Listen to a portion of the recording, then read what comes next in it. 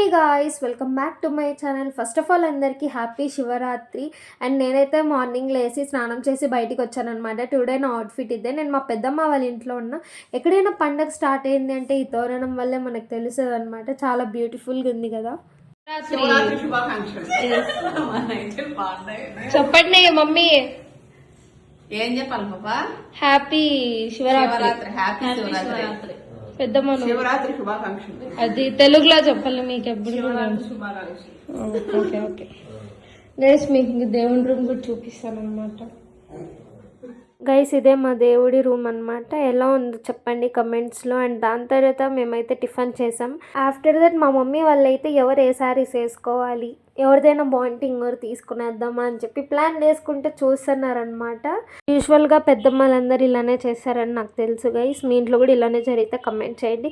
And దాని తర్వాత ఏమైంది అని తెలుసుకోవాలంటే వెయిట్ ఫర్ పార్ట్ 2.